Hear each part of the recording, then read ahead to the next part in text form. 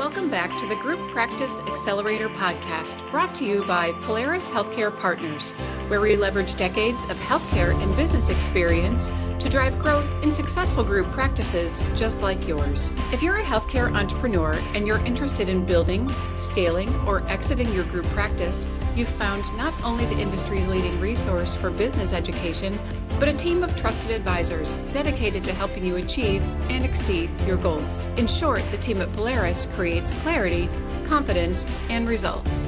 I'm your host, Jamie Falash, and the Group Practice Accelerator Podcast is on the air. Well, hey everyone, thanks for joining me again this week. I'm still kind of blown away that we are in our 6th season of this podcast, entering our 6th year of weekly episodes.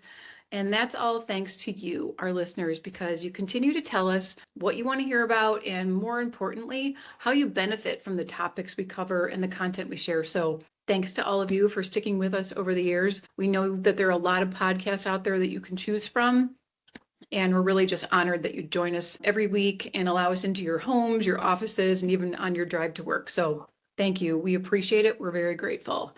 So for today, I want to build on a theme that Diwakar and I discussed in our 2026 kickoff episode last week, and that's getting and staying well prepared for the year ahead of these positive changes we're seeing and expecting in the economy. Now, new year, new you, like we all like to say with the new year. And this new you has a plan for tremendous growth, and we're here to help with that. And we want to talk about how being prepared and really ready looks for you. However, I don't want to talk about that in passive terms. Like, what should I be thinking about? Because if you think too long on it, you're not going to act on it.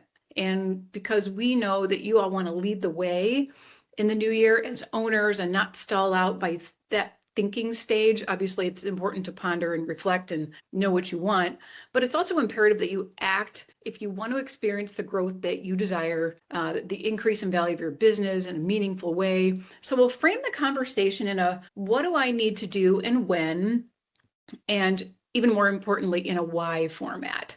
And since we already covered what to expect in terms of the economy in 2026 and how you can take advantage of that, for today's episode, we'll shift gears a little bit and take a look at how you can increase the value of your practices with incentive programs and retention of, the rock stars that you've already got in your practices or maybe need to recruit. And even more importantly, how to go about that.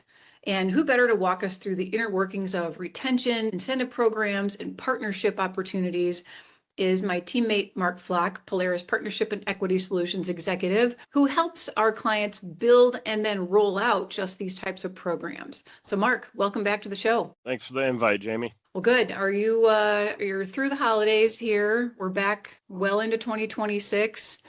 Are you ready to go? What's exciting for you? There's not really much of a choice, so yes, I'm ready to go. So you survived the holidays. Good. Yes, I did absolutely. too. I'm going to pause and give a big shout out to Dr. Wachter at Elevation Dental, because I was a lucky recipient of a root canal for Christmas this year. So I'm also glad to be into 2026 and have that behind me. I was dealing with wrapping up partnerships right at the end of the year, not dealing with root canals. So I guess either way, it was a positive for both of us. Just we got through it. Absolutely. Well, why don't we kick off with, keeping that theme of partnerships, some of the conversations around ownership and partnership and like the questions that someone might want to ask themselves if they're going to consider this for 2026, and maybe things that they need to ask themselves around what they'll do differently in 2026. We want to stay on that let's take action theme, right? Yeah.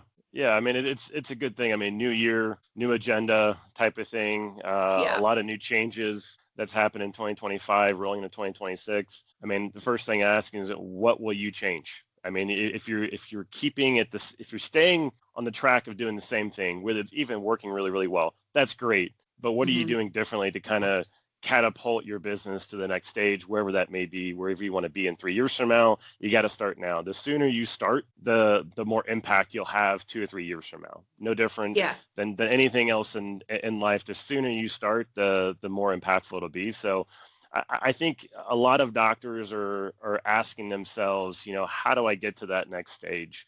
Partnership could be one of those things. Like I said, yes, I'm the partnership person for Polaris, but I am not an advocate for you must have partners in order to succeed type of thing. No, It may not definitely be, not yeah, a it may one not be size the fits right, all. it may not be the right thing for you. And I've talked to a lot of doctors and clients that have come my way out of creating a partnership solution in some cases because it doesn't make sense. They're not at the right point. They haven't reflected enough on what they truly want and where they want to be.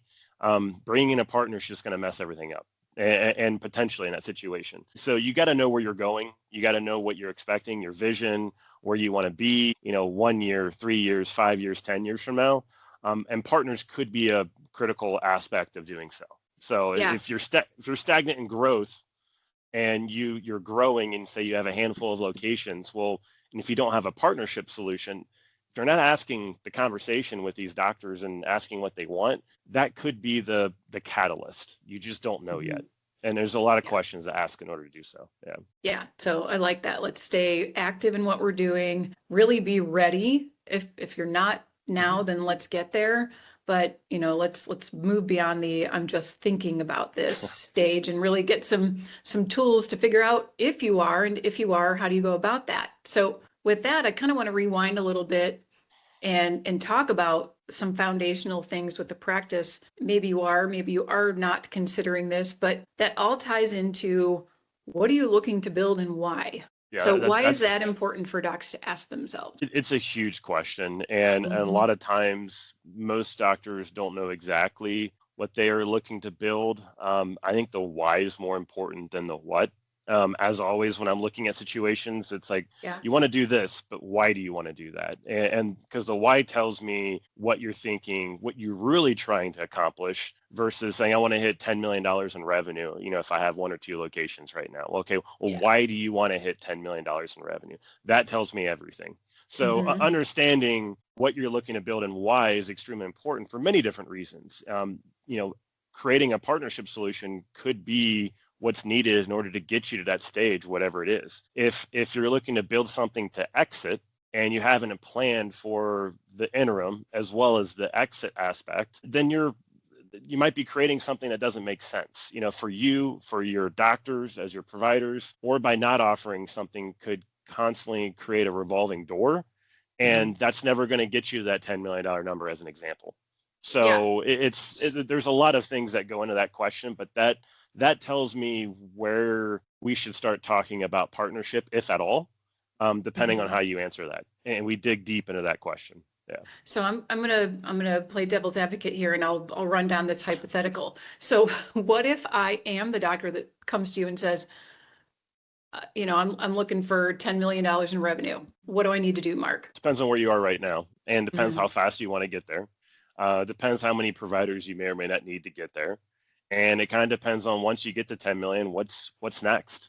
And are you going to be adding locations? Are you going to be creating a de novo, or did you just have a build out and you went from 10 ops to 20 ops? So, and you're bringing in 2 new doctors. So there's a lot of things that, once again, just because you answer the 10 part, there's a lot of things you kind of have to like pull back the onion and get farther down and say, okay, you're adding 2 providers. These providers must be doing $2 million each in collections.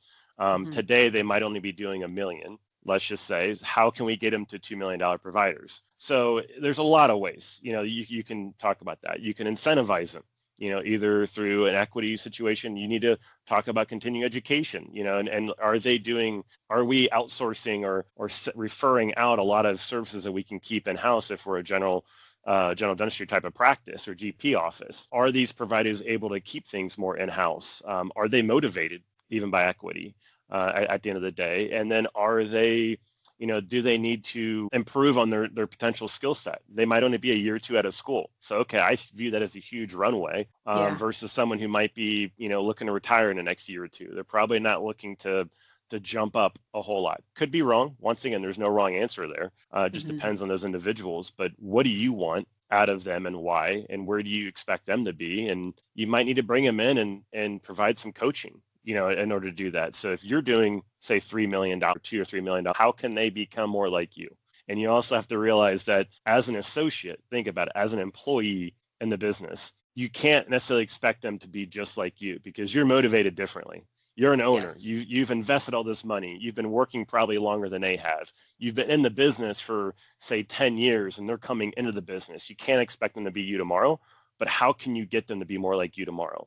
And an aligned partner could be that motivation for them. If they're aligned with the same vision and mission of that you're looking at getting the business, which could be 10 million, could be whatever that number is. And that they may want to be part of that journey. Yeah, and you touched on a couple really important things there, considering next week is our doctor development program in Charlotte. But doctor development in and of itself, like you've got to have partners coming in that have a growth mindset.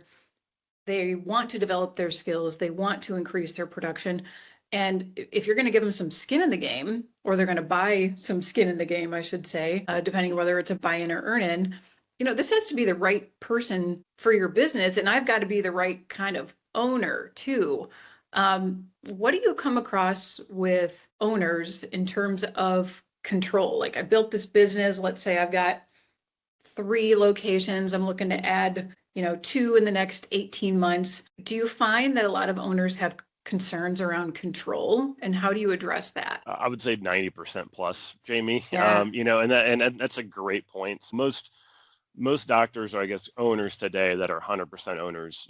One of their biggest concerns, it's not just the financial aspect. Mm. It's well, I'm giving up control by bringing in a partner into my business. And that concerns me because I've been the one making the decisions for the last 10 years, 5 years, 20 years, whatever that may be.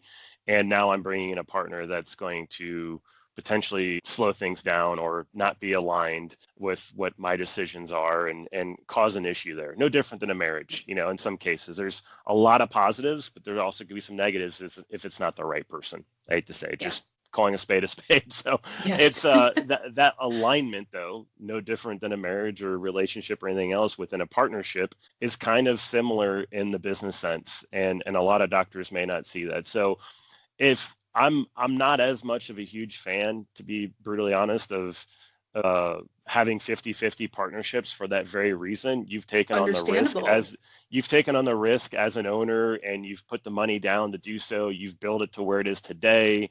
You've created the structure that's allowed it to be successful over the years. And then someone's coming in, at the 9th hour, not the 11th hour by any means, but coming in and hopping on at that opportunity. So it just kind of depends. If you're growing a group practice, there's many, many ways, Jamie, of alleviating the concern for control. And there's a lot of different factors. I mean, within a operating agreement, those are well defined.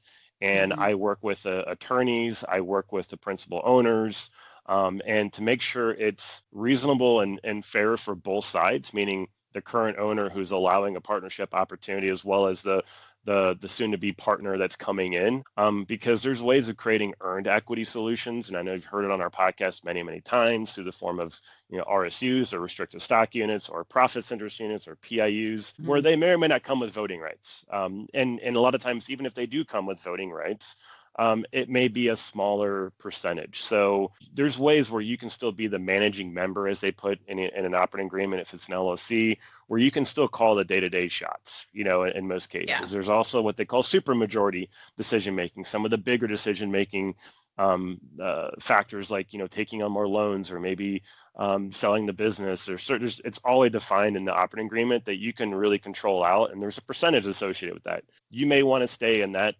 percentage so you can control that aspect. So once again, it's very customizable when you're doing it. But if you come to me and say, hey, I've promised this doctor 50-50 partnership, it's black and white. There's not as much I can do about that. So once again, being proactive and kind of understanding your plan, what you're looking to build and why, and then creating that plan where it makes sense for all aspects that you're concerned about is something we can do when it's proactive. When it's reactive or after the fact, I'm very limited in the options, but there's still always options, just to be clear. So I don't know if that answered your question, Jamie. Yeah, it does. And I'll double down on something. The point we're trying to make here to you, our listeners, is get your operating agreement in place. Structure it the right way from the beginning.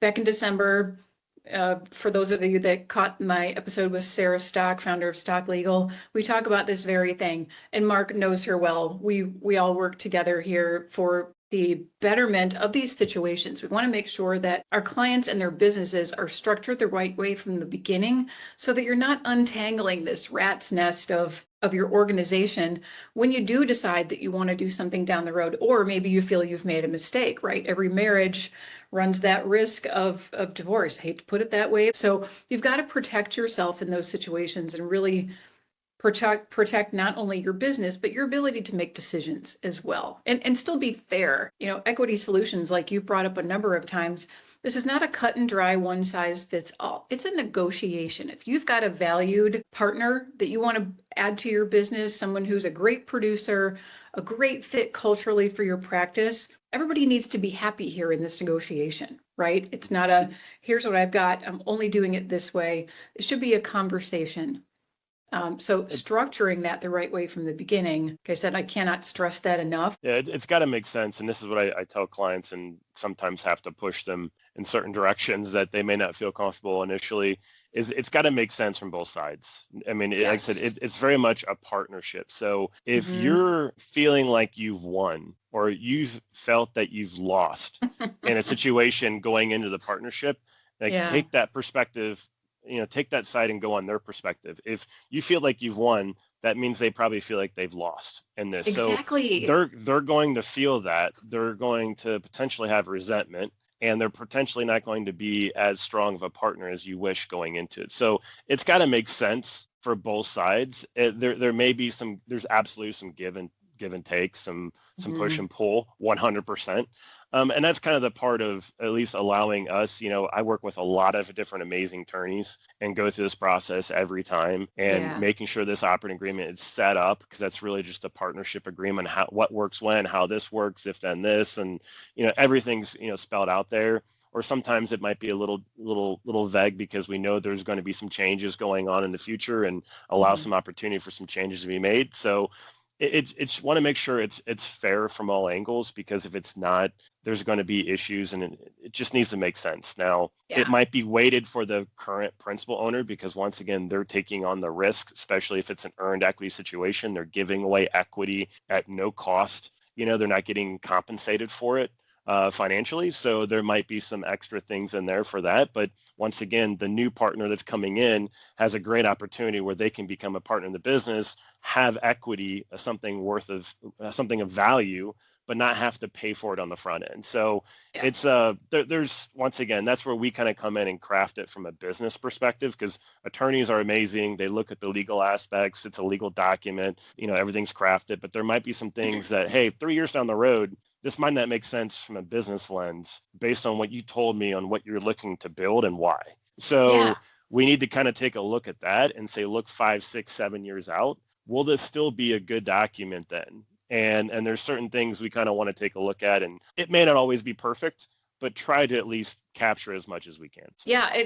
On that note, I want to ask you, so maybe we've had that conversation and I'm going to wave the white flag and make my exit here in a couple of years. Why is that an important consideration as an owner if I'm offering partnership? Yeah, it's really important, because just from a transition, if you think about it from a buyer's lens, if they're a third party or an external, it doesn't have to be an external buyer, but if it is, let's just say it's another strategic DSO or private equity firm, and that's where a lot of group practices eventually exit or have a partner. It's not really truly exiting, because you're just bringing on a partner to kind of work with for the next however many years, however that's defined. And it could be a very positive partnership for you as well with that new sponsor or partner. So at that point, you think about it, if you have 6 partners and there's your key providers, well, that provides a pretty smooth transition, for that buyer. I have 6 partners that are coming along. They're all benefiting from this. They have equity, and they're going to have some skin in the game now and potentially in the future, with, a cash out now and maybe a cash out when the equity turns 3, 5, 7 years down the road, whatever that time period is, when there's a recap. So it's nice to have that. The buyer sees that as a positive, because it's a smoother transition for them. If there's no partners in the business, and say you've built a business that's doing $20-30 million in revenue, which is great, maybe difficult to get there without partners, but not impossible, probably very difficult, but not impossible. And then you try to transact. Well, you might have some providers that are, maybe not interested in renewing an employment contract. There's not as much of a incentive to do so because they're not partners in getting an equity payout. That could be a questionable transition for your buyer. They may or may not offer as much. They still may very much want your business and say, this is a great business, we want to be a part of that, but it may not be valued as highly because there's some transitional risk, associated with that. Because if you have, 6 $2 million providers and, 4 of them say, yeah, I want to continue working. Well, okay, what's $4 million less in revenue you potentially have without those 2 providers that are not going to stay? But if you have all 6, this is a great deal for your buyer. Everyone's staying on, we're moving forward. It's smooth. It's probably quicker, a little more seamless. And they can all benefit from that too. So not to get too far in the weeds, a lot of what ifs, but yes. Yeah. Well, that's okay. And it's, it's not just seamless for the buyer. It's at the end of the day, it's how does the patient see your practice? The last thing they want to see is new faces when they come in, when your practice has changed hands or your group. Some familiar faces. I want to see the doc that I'm seeing. I don't want to see somebody new every time. There's a comfort level there that people don't want to lose, and that's got great value for your business. And I want to ask you. Important. It's also important for the selling doctor, not to get back, because to your point, you have most likely rolling equity if it's an external buyer too as well. Yeah. Rolling equity, and if your equity is at risk because you haven't, locked up to the provider, not say locked up, but more of just like had those providers that are coming along for the journey as well, that are all interested and excited to do the same thing as you are, then that allows for you all to hopefully have an increase in that value of your equity that you're rolling over. So, and no different, not to take a step back, Jamie, we see a lot of doctor to doctor transitions when doctors are looking to exit. So I don't want to discount that because we didn't really talk about that, but having partners in your business, let's just say, even if you're looking to exit in say 10 years, retire, throw in the towel 10 years from now, and you don't want to sell externally, to a private equity firm. I hear that a lot. That's perfectly fine. We can help assist, what that may look like. But having, say, 2 or 3 or even 4 to 6 doctors that may have 5%, 6%, even if it's small percentages, think about it. When they go to transact and get a loan for what you're looking to sell, and let's just say it's $20 million at that point in time, they may only need a loan for 14. Because they were partners growing equity. They bought in. It might have been buy-ins along the way, in the process. There's no wrong answer. Once again, it goes back to what you're looking to build and why and how you look to exit, all this stuff. So that way, going to a bank and taking out a loan for say $14 million between 6 individuals that are already working in the business and are already partners in the business is a much easier potential for a bank to say yes, or even financial institution, than to say, hey, we will all want to come together. We're not partners today, and we want $20 million on a $20 million business. Well, that's a little bit riskier from an investment perspective from the banking or financial institutions. When you already have partners, it's an easier transition for you to exit as well. If you're the principal owner that holds the majority of ownership, it's easier for your doctors that are minority partners to buy you out too as well and transition you out. Once again, the partnership could be your answer. It doesn't have to be, but that's another route that you could easily go, that if you think of it from a lending perspective, moves things out a little bit too. Yeah. Good point there. I don't want to spend too much time on talking about the transition side of this, but you mentioned something about, well, if you don't want to sell to private equity, you don't have to. And that is certainly true. 100% agree with you. And we would just ask that you understand why you don't want to do that. Eliminating any aspect of who you might sell to needs to have a why behind it, because they're all so different. Every DSO, every private equity firm, they're all very different. So please make sure you know why you don't want to sell to someone before you don't sell to them.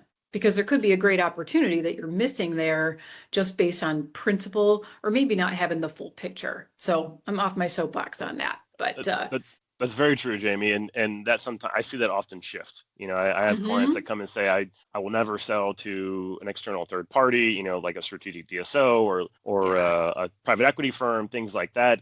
And then 2 years later, they're looking, hey, 2 or 3 years from now, I'd rather go that route, for XYZ reasons, and vice versa. Someone's like, what, I'm kind of questioning that aspect here and there. So me personally, based on what I'm looking at, I just rather would sell internally to my doctors.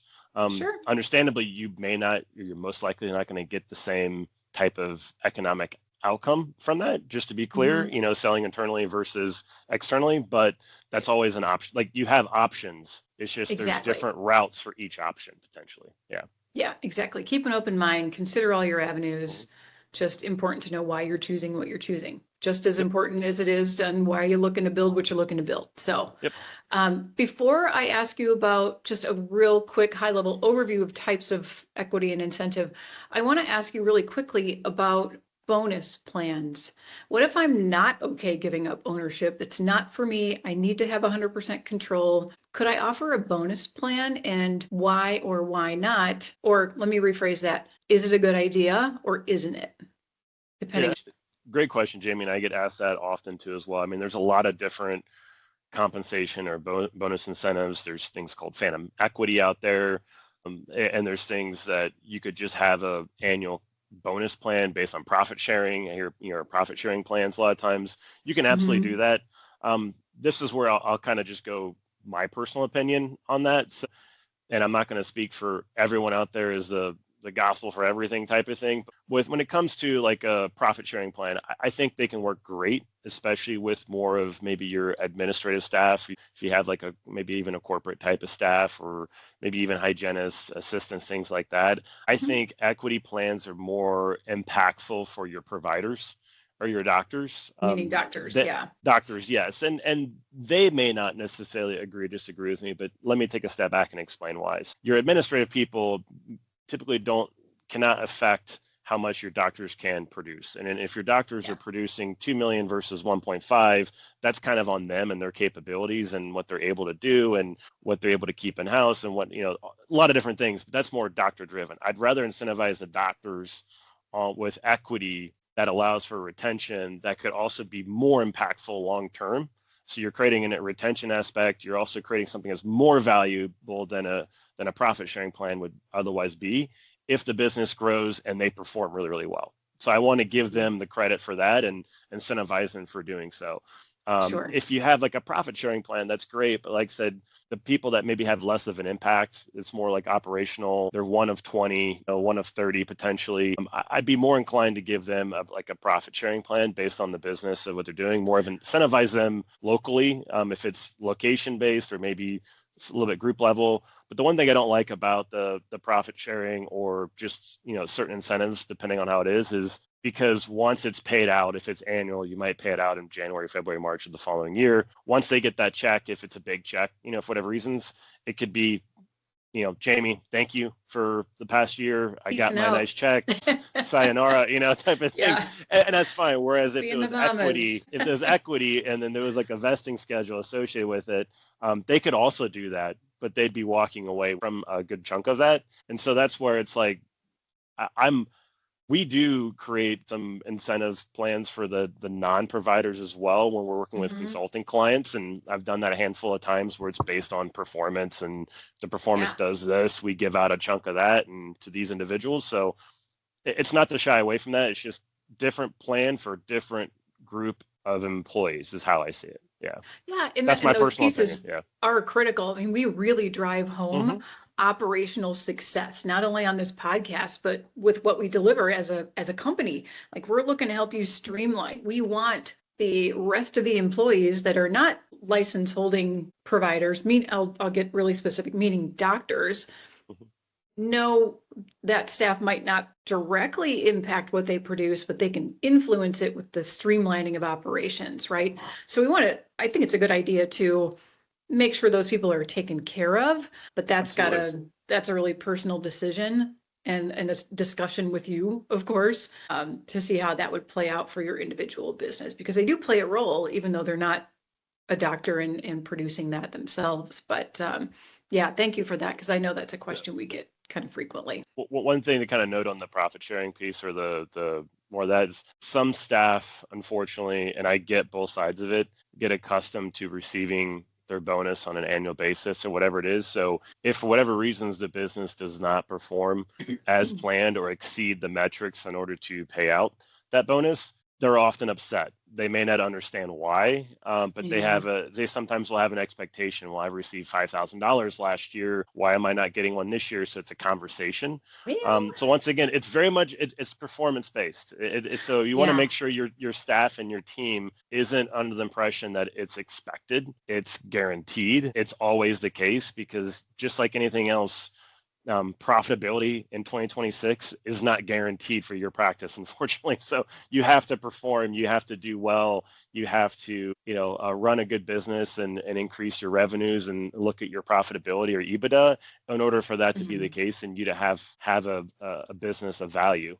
So in order to do that, they need to understand it goes the same way when you have a profit sharing kind of aspect of, if we don't have profits, I have nothing to share. It's not coming out of my pocket. And I've had owners where they're taking it out of their pocket, and then they're complaining about their own income, rightfully so, because people are expecting it. So I don't want to go too far on that soapbox, but I've seen that many, many times with consulting clients too.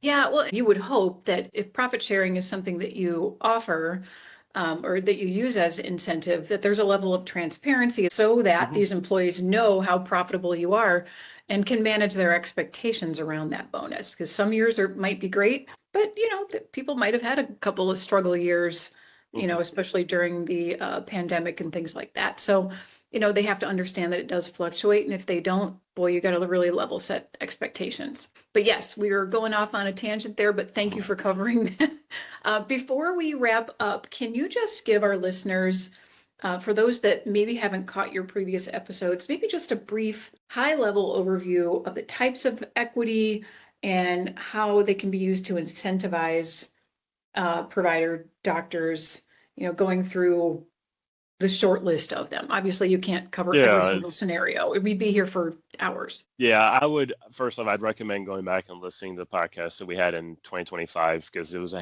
2 or 3 of them that we had where we list out the detail for buy-ins, restricted stock units, profit interest units. I also actually have some documents, some PDFs, if you're a listener today and would like to kind of take a look at what those 3 options I just mentioned, kind of with the pros and cons and where it goes, feel free to reach out to me directly. I can always send you a copy of that PDF. It's very high level. If you're considering this, this may make more sense, but let's have a conversation. It's how I always handle that one. So reach out to us, reach out to me, send us a message. I can send you that. That'll probably be a little more conversational for us to before we hop on a call.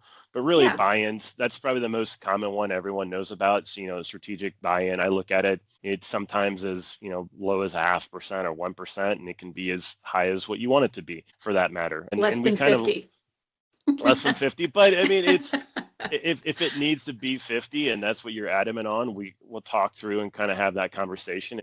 And once again, that means the operating agreement to our conversation earlier is all that much more important in a situation like that. So we'll kind of talk through that. We'll evaluate things, and that's part of the process of what we provide, is that business lens of what you need to consider, and not just the legal and financial aspect, which are 2 very important pieces. How will this work? Especially, like I mentioned, alignment earlier with your vision and having that partner with a buy-in, and especially if it's a high percentage buy-in, that alignment is even more important, even more so. So once again, we talked through all those things. I did a lot of buy-ins in 2025. I expect to do them probably in 2026 as well. Yep, like I said, we'll talk through the buy-in piece. As far as the other options that we look at, we consider a lot of RSUs, or restrictive stock units. Those work really well if you have a very large business that will continue to grow, or you're looking at offering equity at a group level. You may not have a management company or DSO structure set up today, but that's something we can look to evaluate and talk through with clients. Does that make sense? May not always be the case. We're not advocates you must set up a DSO structure in order to do this. If that's something that doesn't make sense for you and your business, we can look at other options. And that incentivizes doctors individually based on their performance. And there's a lot of pros when it comes to the RSU aspect when you have a bigger organization continue to grow. And then profits interest units work really well if you have businesses that are looking to grow again, once again, must be growing. And you want to incentivize someone. If it's practice level equity, it works really well in de novos, and putting an anchor doctor at a location and then allowing that anchor doctor to have ownership in that location and help push it forward from a growth perspective. Don't want to get too far in the weeds on how that operates versus restrictive stock units. Both of them are earned equity solutions. Yeah, both of them are earned equity solutions. And I'll go into a conversation where they're considering one, and we actually leave and present the other to their team. And there's no wrong. And by doing so, it just ends up making more sense once I understand their structure, once I understand how they're looking to motivate the doctors, who they're looking to motivate, and once again, what they're looking to build and when they're looking to build it by. That all kind of plays a factor on what makes more sense for your business, on why you would offer one or the other. So that's kind of it at a high level. Yeah. And it goes back to that question that we talked about at the beginning of the show. What are you looking to build and why? These are foundational questions before we even get to the type of equity or type of incentive or type of bonus, whatever it's going to be. Have a conversation, figure it out, and then let's put the pieces in place. Absolutely. Yeah. And sorry, we lost our cameras here, technical difficulties, but you can still hear us. So Mark, it's always great to have you on the show. I know our listeners really enjoy hearing from you. And, these conversations around retention and even recruitment and offering these types of things and considering why you would do that are really critical to the value of the business. Like, you need to know why you want to do something and then figure out what you're going to do and maybe stop thinking about it so much. Let's take some action, make the phone call, and start with a conversation. Doesn't have to be complicated. Yep. And that's what we're here for, is taking something that can seem extremely complicated and simplifying it and helping you create a solution for you and your team that makes sense for where you want to be in the next couple of years. Yeah, for sure. Well, thank you. And to our audience, we really appreciate that you support us by subscribing to the podcast. And we love the questions that you send us, so keep them coming, and we'll keep delivering the content that you ask us for. As always, if you'd like to learn about any of our Polaris expert advisory services, or maybe there's a topic that we haven't covered that you want to hear about, you can send us an email to info@polarishealthcarepartners.com, or you can reach us by visiting our website at polarishealthcarepartners.com. Go up to that Contact Us button, and we'll get back to you just as soon as we can. Thanks so much for being a loyal listener and subscriber. If you enjoyed today's episode, please share it with a colleague and be sure to leave us a rating on any of your favorite podcast platforms. We'll see you on the next episode of the Group Practice Accelerator Podcast.